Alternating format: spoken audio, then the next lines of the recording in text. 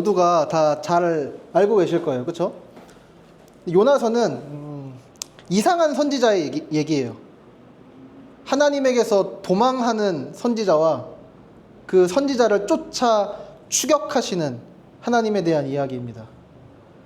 근데 이것은 요나서 전체의 핵심적인 주제이면서도 오늘 본문 또 오늘 설교의 주제이기도 합니다. 이제 오늘 읽은 요나 1장 1절부터 4절 요 본문을 2주 동안 살펴볼 거예요.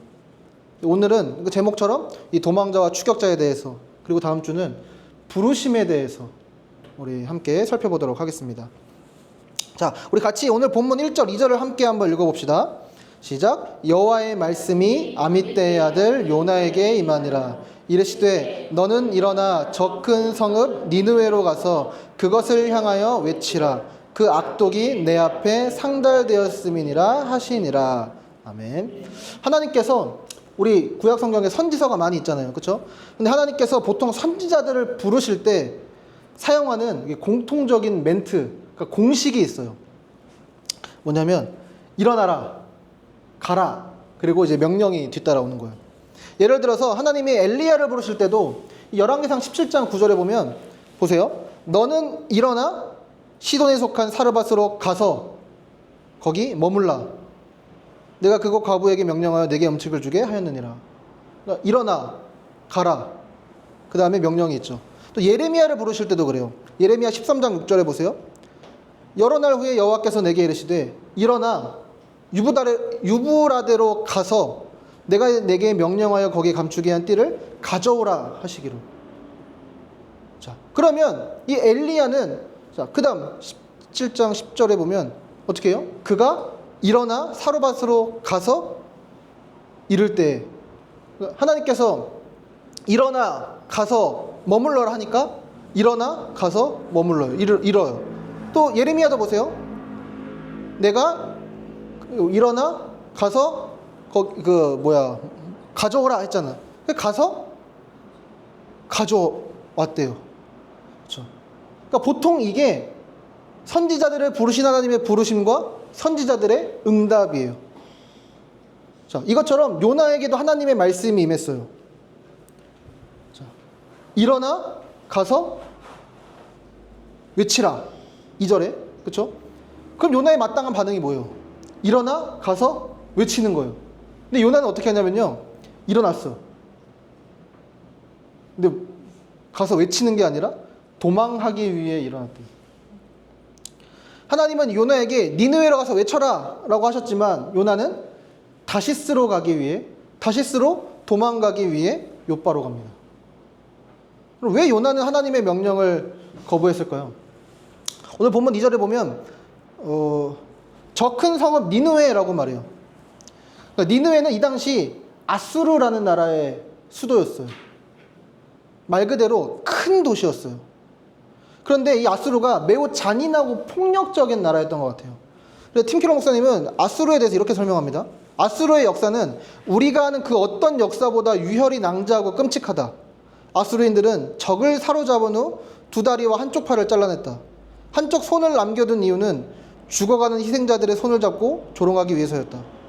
그들은 희생자의 친구와 가족들에게 사랑하는 사람의 잘린 머리를 장대에 매달고 행진하게 했다. 포로들의 혀를 잡아 뺐고 밧줄로 그들의 몸을 잡아당겨 산채로 가죽을 벗기고 그 가죽을 성벽에 전시했다. 그들은 살아있는 청소년들을 불태웠다. 도성이 파괴되는 과정에서 살아남은 이들은 노예가 되었고 잔인하고 폭력적인 대우를 견뎌야만 했다. 아수르 민족을 부르는 명칭은 테러 국가였다. 이만큼 이 아수르는 엄청난 나라였어요. 우리 옛날 자료 같은 거 보면 일제가 우리한테 했던 것들, 그 막 생체 실험 막 그런 것도 봐도 엄청 끔찍하잖아요. 뭐 독일이 했던 것들이나. 근데 이 당시에는 그것을 넘어서는, 그러니까 더 끔찍한 일들이 자행됐던 것 같아요. 자, 하나님은 왜 이런 악독한 도시로 요나를 보내신 걸까요? 자, 다시 저 큰 성읍 니느웨를 보세요. 여기서 큰이라고 번역된 단어는요, 히브리어로 가돌이라는 단어예요. 근데 이 단어는 크다, 거대하다라는 뜻도 있는데 또 어떤 뜻이 있냐면 중요하다라는 뜻이 있어요. 니느웨가 하나님께 중요한 도시라는 거예요. 그러니까 이들이 사악해요. 엄청 잔인하고 악독해요. 그럼에도 불구하고 그들은 뭐예요? 하나님의 형상대로 지어진 존재들이에요. 요나서에도 보면 거기에 몇 명이 산다고 그러냐면 12만 명이 산다 그래요. 그러니까 12만 명의 하나님의 형상들이 살고 있는 도시인 거죠. 그럼 하나님이 꼭, 그러니까 니느웨만 하나님께 중요할까요? 아마 여기서 니느웨는요, 그러니까 꼭 이 니느웨만 가리키는 게 아니라 그런 니느웨로 표현되는, 니느웨로 상징되는 온 세상을 뜻하는 것이기도 해요. 그러니까 온 세상이 하나님께 중요하다는 거죠. 그러니까 예수 믿는 우리만 중요한 게 아니라 하나님께, 그러니까 모든 사람들이 중요하다는 거예요. 근데 그러면서도 2절에 또 보면 그 악독이 내 앞에 상달되었음이니라 이렇게 말씀해요. 하나님은 니느웨의 악에 대항해서 분노하시고 그러니까 슬퍼하시는 거예요. 동시에 또 그들은 하나님께 매우 중요해요. 하나님은 니느웨를 그리고 세상을 사랑하십니다. 우리 신약성경으로 가서 요한복음에 보면 이 세상을 향한 하나님의 마음이 잘 드러나잖아요. 요한복음 16장 8절에서 예수님이 이렇게 말씀하시는데요. 그가 하나님이 와서 죄에 대하여 의에 대하여 심판에 대하여 세상을 책망하신다 말씀이에요. 동시에 또 요한복음 3장 16절 이렇게 말씀하죠. 하나님이 세상을 이처럼 사랑하사 독생자를 주셨으니 이는 그를 믿는 자마다 멸망하지 않고 영생을 얻게 하려 하심이라. 하나님께서 왜 요나를 보내셨나요? 그러니까 니느웨를 대항해서 그들에게 죄를 지적하고 그러면서도 그들을 향한 하나님의 긍휼과 사랑을 외치기 위해서요. 근데 요나는 도망합니다. 요나는 왜 도망했을까요? 그래서 3절에 보세요. 그러나 요나가 여호와의 얼굴을 피하려고 일어나 다시스로 도망하려 하여 욥바로 내려갔더니 마침 다시스로 가는 배를 만난지라 여호와의 얼굴을 피하여 그들과 함께 다시스로 가려고 배삭스를 주고 배에 올랐더라. 그럼 요나는 어디로 도망가죠? 다시스요. 자, 지도를 그렸어요. 자,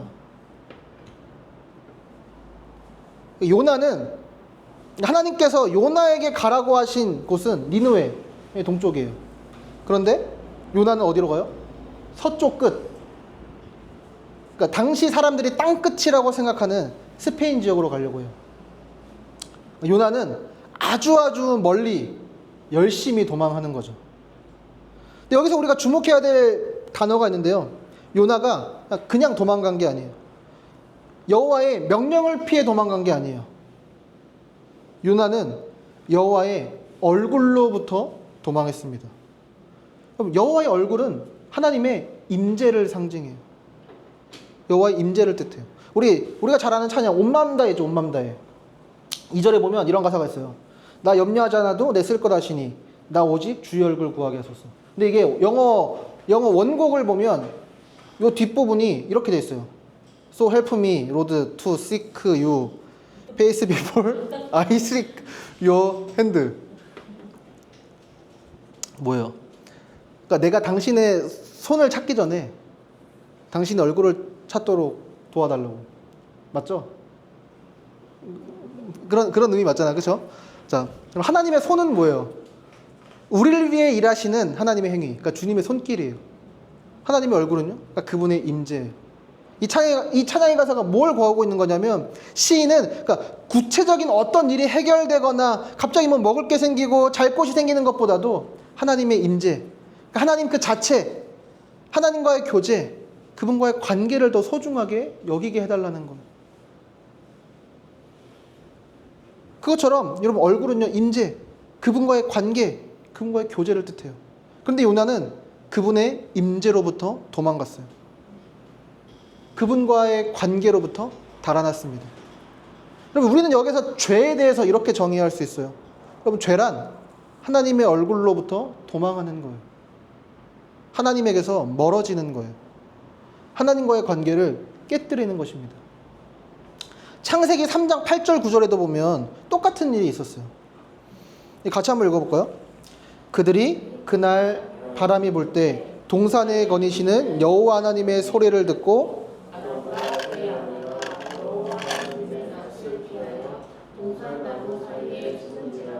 여호와 하나님이 아담을 부르시며 그에게 이르시되 내가 어디 있느냐.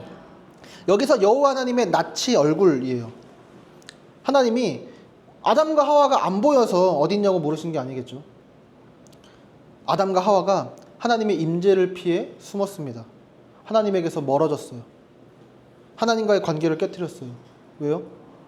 아담과 하와는 하나님이 자신들을 괴롭히는 인색한 분이라고 생각했기 때문이에요. 그들은 하나님께 자신들의 삶을 맡기는 것보다 내가 고민하고 내가 결정하는 게 더 나를 행복하게 만드는 일이라고 생각했어요. 그래서 그들은 선악과를 따먹었고 그들과 함께하려고 동산을 거니시는 하나님의 얼굴로부터 숨어 도망했습니다. 그럼 우리가 하나님으로부터 왜 도망하나요? 왜 우리가 하나님에게서 멀어집니까? 가만 보니까 내가 생각했던 혹은 내가 생각하는 하나님이 아니었어. 가만 보니까 하나님보다 내가 더 옳은 것 같아요. 하나님보다 내가 나를 더 잘 아는 것 같아요. 하나님보다 내가 잘 되기를 더 바라는 것 같아요. 그럼 요나는 왜 도망쳤을까요? 4장 2절에 답이 나오거든요. 우리 같이 한번 읽어봅시다. 여호와께 기도하여 이르되 여호와여 내가 고국에 있을 때에 이러하겠다고 말씀하지 아니하였나이까. 그러므로 내가 빨리 다시스로 도망하였사오니 주께서는 은혜로우시며 자비로우시며 노하기를 더디하시며 은혜가 크시사 뜻을 돌이켜 재앙을 내리지 아니하시는 하나님이신 줄을 내가 알았음이니이다. 요나는 알았어요. 하나님이 니느웨에게 기회를 주시고 그들을 구원하기 원하신다는 걸 안 거예요. 더글라스 스튜어트라는 구약학자는 이 주석에서 이렇게 말합니다. 니느웨를 대항하여 외치라 라고 요나에게 부여된 명령은, 그런 명령으로 인해 하나님은 그 성읍에 악한 것보다는 좋은 것을 가져다 줄 것이라는 가능성에 비달해서 이해되어야 했던 것이라는 사실을 암시적으로 나타내 주고 있다. 번역이 문제인 거겠지? 그런 거예요. 그러니까 대항하여 외치라. 여러분, 심판이 목적이었으면 그냥 쓸어버리면 돼요. 근데 외치라는 것은 뭐예요? 기회를 주겠다는 거예요. 돌이키라는 거예요. 그러니까 그 말을 이렇게 어렵게 한 거예요. 근데 문제가 뭐냐면, 여러분 아까 아수르가 어떤 민족이라고 그랬어요? 아주 사악한 민족이라고 그랬잖아요. 근데 특별히 요나가 태어나기도 전부터 이 아수르가 북이스라엘, 요나가 살고 있는 이 북이스라엘에게서 조공을 받아내고 그들을 엄청 괴롭혔어요. 그리고 요나는 그러니까 이게 공무원 선지자라고 해야 될까요? 궁중 선지자였는데, 그러니까 요나는 공무원처럼 왕궁에서 하나님의 말씀을 전하는 선지자였어요. 그래서 그런 것이었는지, 원래 이 사람 자체가 그런 건지는 모르겠는데 요나는 상당히 그러니까 민족주의자였던 것 같아요. 그리고 열왕기 14장이 이 당시 왕이었던 여로보암 2세를 되게 부정적으로 평가하거든요. 근데 요나는 그 왕이 하는 일에 대해서도 굉장히 친화적으로 이야기해요. 그런데 이런 민족주의자가 자신의 민족을 괴롭히는 아수르에게 이 자비와 긍휼이라니, 그러니까 요나에게는 있을 수 없는 일이었던 거죠. 그래서 이거에 대해서 팀켈러 목사님 이렇게 얘기하는데요. 요나가 원한 것은 그러니까 스스로 만들어낸 신이다. 그는 니느웨 사람들처럼 사악하고 못된 민족은 벌을 받길 원했다. 그리고 요나와 자신의 민족과 같은 착한 사람들에게는 복을 주는 신을 원했다. 그런데 요나의 가짜 신이 아니라 진짜 하나님이 자꾸만 나타나시자 그는 분노하거나 절망한다.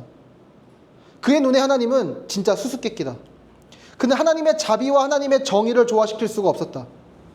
요나는 하나님께 그런 폭력과 악행을 저지르는 사람들에게 어떻게 자비와 용서를 베푸실 수 있냐고 따지듯 묻는다. 그러니까 어떻게 하나님이 자비로운 동시에 정의로울 수 있을까? 그러니까 요나는 이렇게 말하는 거예요. 하나님, 당신이 아무리 이 세상을 창조한 신이라도 당신보다 내가 옳습니다. 당신이 내 생각에 옳아 보이지 않는다면 나는 그런 당신을 인정할 수 없습니다. 이게 요나가 도망한 이유예요. 여러분, 20세기 작가이자 기독교 변증가였던 C.S. 루이스가요, 피고석의 하나님이라는 에세이를 썼는데 거기서 이렇게 말해요. 고대인은 피고인이 재판장에 가듯이 하나님께 나아갔습니다. 근데 현대인의 경우엔 그 역할이 뒤바뀌었어요. 인간이 재판장이고 하나님은 피고석에 계십니다. 그러니까 인간은 상당히 이해심이 많은 재판장이에요. 하나님이 전쟁, 가난, 질병을 허용하신 일에 대해 그러니까 조리에 맞게 항변을 내놓으시면 귀 기울일 준비가 되어 있습니다. 중요한 사실은 인간이 판사석에 있고 하나님은 피고석에 계시다는 것입니다. 그러니까 하나님을 피고석에 앉혀놓고 우리가 재판장이 돼서 하나님 도대체 이런 일이 왜 일어난 거죠? 내가 생각했을 때 이게 옳은데 하나님 그럼 한번 변명해 보세요. 한번 자신을 변론해 보세요.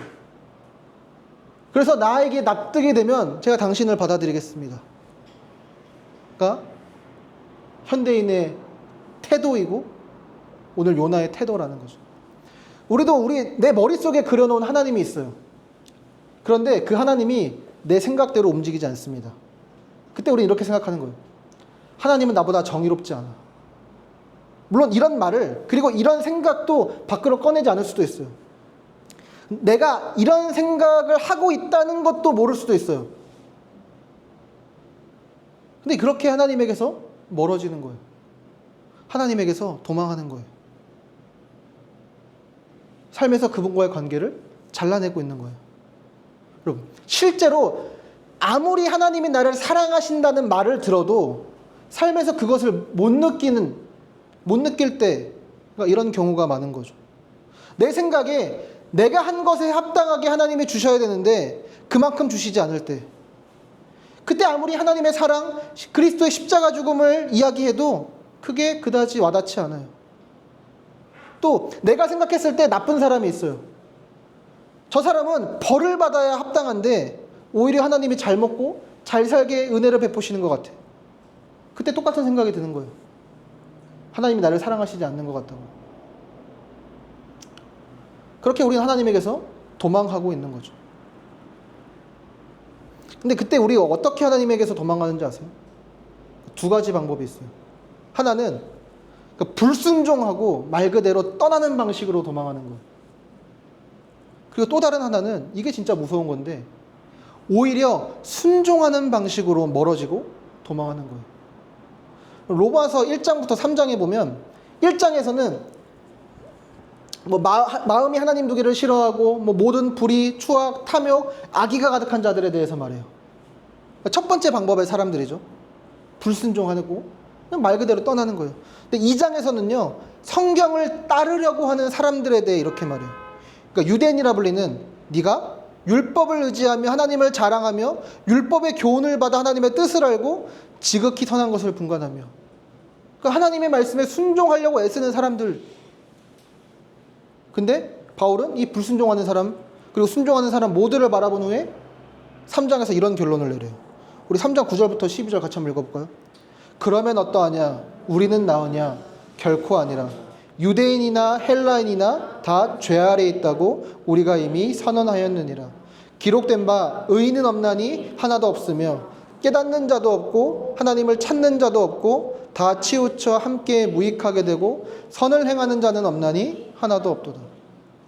누가복음 15장에 잃어버린 두 아들 비유, 흔히 우리가 탕자의 비유라고 부르는 이 비유에도 보면요, 둘째 아들은 아버지에게 불순종하고 떠남으로 멀어져요. 근데 첫째는요, 매일 아버지와 함께 있어요. 일도 열심히 했어요. 근데 그 역시 아버지와 멀어졌어요. 그럼 첫째의 가장 큰 관심은 아버지가 아니라 아버지의 재산이었어요. 그리고 첫째 역시 그의 가장 큰 관심사가 뭐였냐면 아버지에게서 벗어나는 거예요. 둘째 아들이 돌아와서 아버지가요, 은혜와 사랑으로 둘째의 지위를 복권시켜줘요. 그리고 잔치를 엽니다. 온 동네 사람들이 기뻐서 잔치에 참여해요. 근데 유일하게 잔치에 참여하지 않고 오히려 분노하는 인물이 한 명 있어요. 그게 누구냐면 첫째 아들이에요. 왜요? 자신이 생각했을 때 옳은 것은 둘째를 쫓아내는 일이에요. 근데 은혜를 베풀다니. 그러니까 있을 수 없는 일이에요. 이게 아까 위에서 얘기했던 거예요. 자신이 그려놓은 하나님이 있고 내가 옳고 그름을 판단하는 재판관이 되어 있는 거예요. 그렇게 하나님에게서 멀어지는 거죠. 요나는요, 구약 성경의 첫째 아들입니다. 요나는 선지자로서 하나님의 말씀을 전하는 일을 열심히 했을 거예요. 하지만 자기가 생각하는 그 기준을 넘어서자 둘째 아들처럼 행동하기로 해요. 하나님으로부터 도망하는 것입니다. 그럼 우리는 어떤가요?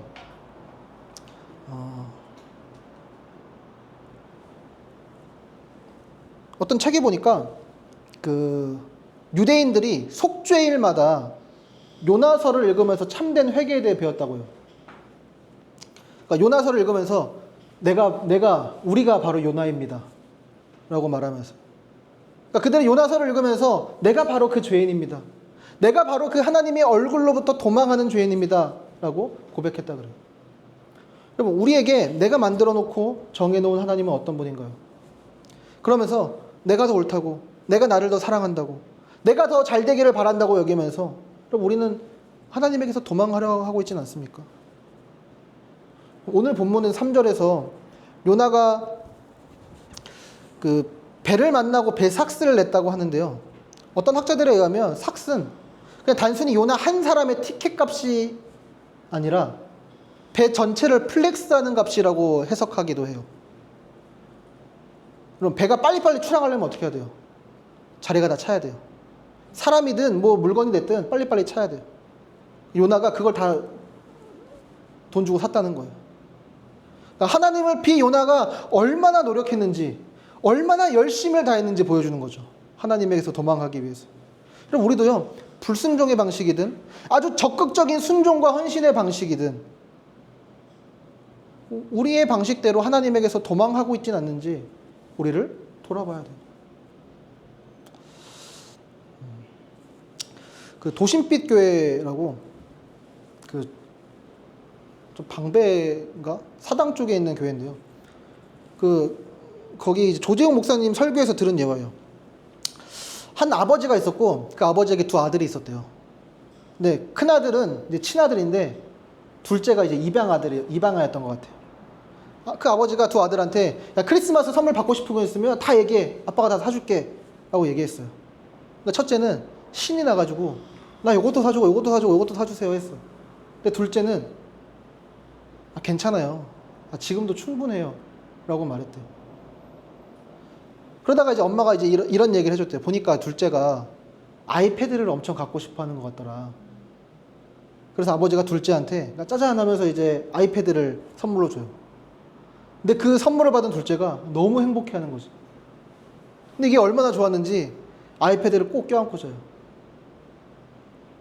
요즘 그러면 큰일 나지, 다 휘어서. 여러분, 우리가 아버지라면 이 둘째가 철들었구나, 기특하다 라고 할까요? 아니요. 가슴 아파하면서 슬퍼할 거예요. 그리고 이렇게 말하겠죠. 네가 원하는 것이 있으면 얼마든지 달라고 얘기해. 때로는 네가 때를 쓸 때도 있고 실수하고 그래도 괜찮아, 내가 너의 아빠잖아. 여러분, 근데 여기 중요한 사실이 있는데요. 여러분, 둘째가 착하고 말을 잘 듣는다고 아버지와 가까워졌나요? 오히려 바르고 착한 아들이어야만 한다고 하는 그 압박감이 아버지와 더 멀어지게 하는 거죠. 마찬가지로 우리의 순종이 또 우리 어긋난 아버지에 대한 생각이, 그러니까 아버지는 이래야 나를 사랑할 거야, 하나님은 이래야 나를 받아주고 나를 사랑해 줄 거야 라는 우리의 그 어긋난 생각이, 물론 반대가 될 수도 있겠죠. 우리의 불순종이 하나님과 멀어지게 하고 있지는 않나요? 우리는 이 요나를 통해서 우리의 모습을 돌아봐야 합니다. 그럼 우리는 어떻게 다시 하나님과 가까워질 수 있을까요? 그것은 하나님이 어떤 분이신지 아는 것에서부터 출발할 수 있어요. 오늘 보면 4절에 보세요. 여호와께서 큰 바람을 바다 위에 내리심에 바다 가운데에 큰 폭풍이 일어나 배가 거의 깨지게 된지라. 요나는 도망치지만 하나님은 요나를 보내줄 마음이 없으세요. 여러분, 죄가 도망이라면 추격은 뭘까요? 은혜입니다. 그러니까 요나서는 죄와 은혜의 이야기예요. 요나서는 죄인과 그 죄인을 사랑하셔서 끝까지 쫓아가 추격하시는 하나님의 이야기입니다. 근데 그 은혜가 조금 무섭게, 조금 난폭하게 다가와요. 하나님은 큰 바람을 이제 바다 위에 내리셨는데, 이 내리시다가 이런 뜻이래요. 창을 이제 던져가지고 내리꽂는.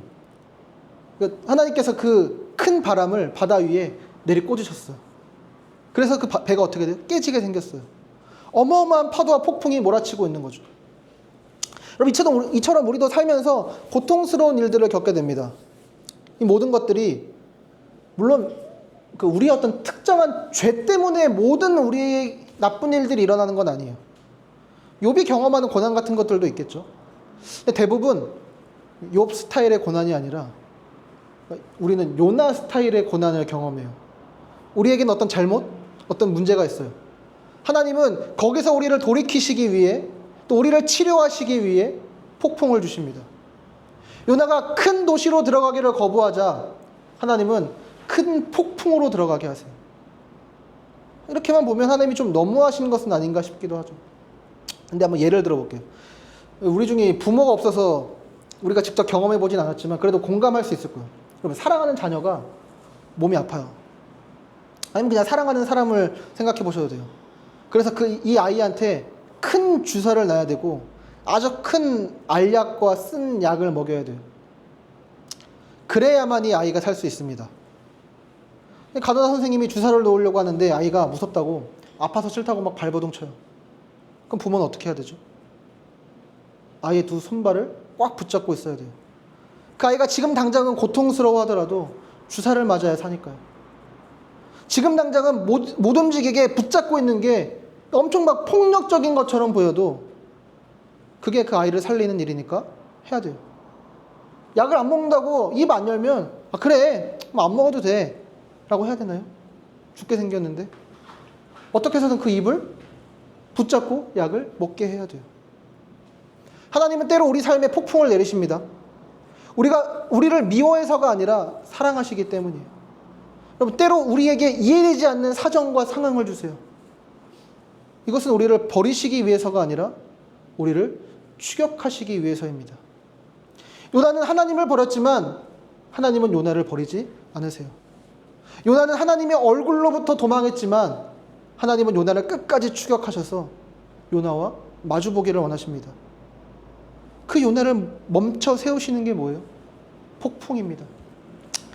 팀켈러 목사님 이렇게 얘기해요. 하나님의 구원은 고난을 통해서 세상에 들어왔고 그분의 구원하시는 은혜와 능력은 우리가 어려움과 슬픔을 겪을 때 우리 삶에서 더욱 강하게 역사할 수 있다. 우리의 폭풍, 저 깊은 곳에 하나님의 자비가 있다. 여러분, 우리가 경험했고 또 경험하고 있고 앞으로 경험하게 될지 모르는 이 일들이 정확하게 우리의 무엇을 치료하고 무엇을 돌이키시려는 건지 모르겠어요. 우리 교회가 1년을 겪었던 그런 일들, 또 저와 여러분들이 삶에서 겪고 있는 수많은 고난과 어려움의 문제들, 하나님이 무엇을 치료하시고 무엇을 돌이키시려는지 아직은 잘 모르겠어요. 물론 마지막 때에 우리는 그것을 다 알게 될 거예요. 그때는 무릎을 탁 치면서 그래서 그러셨구나 알게 될 거예요. 근데 분명한 것은 우리가 여기서 알 수 있는 것은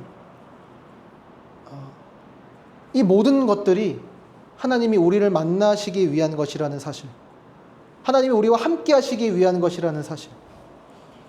그러니까 순종과 불순종의 방법으로 하나님에게서 도망하는 우리를 멈춰 세우고 건지기 위한 것이라는 사실은 우리가 알 수 있습니다.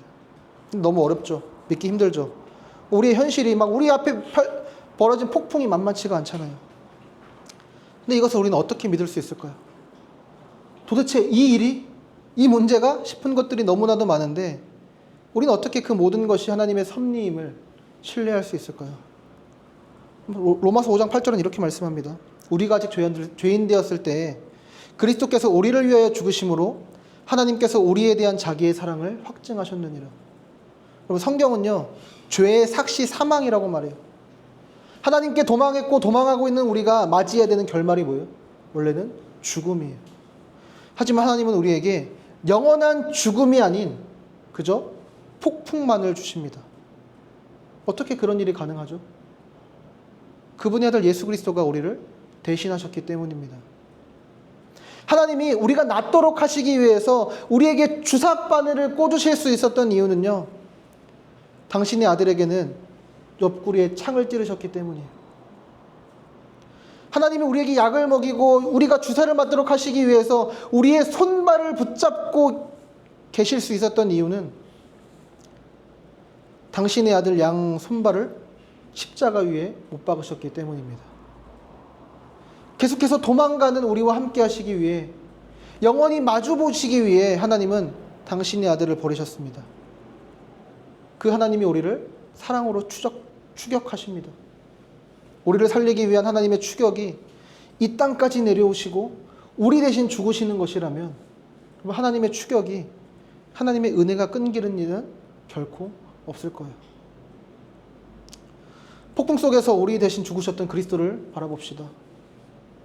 그리고 그 하나님의 얼굴로부터 도망하는 우리가 되는 대신 우리를 추격해 오신 하나님과 마주보는 우리가 되기를 소망합니다. 이 시간 우리 함께 이렇게 찬양합시다. 주님의 선하심인데요. 이 찬양